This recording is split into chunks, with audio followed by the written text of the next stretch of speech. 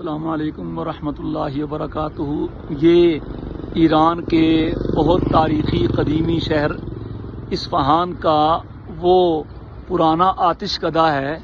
اوپر آپ کو چوٹی پہ نظر آ رہا ہوگا جہاں صدیوں سے آگ جلتی رہتی تھی، اور جس وقت سرکار دو جہاں سرور کونین ہم سب کے آقا مولا حضرت محمد مصطفیٰ احمد مجتبیٰ صلی اللہ تعالی علیہ وسلم کی ولادت باسعادت ہوئی، تو آپ کی پیدائش کے موقع پر اس آتش کدہ ایران کی آتش اور آگ بجھ گئی۔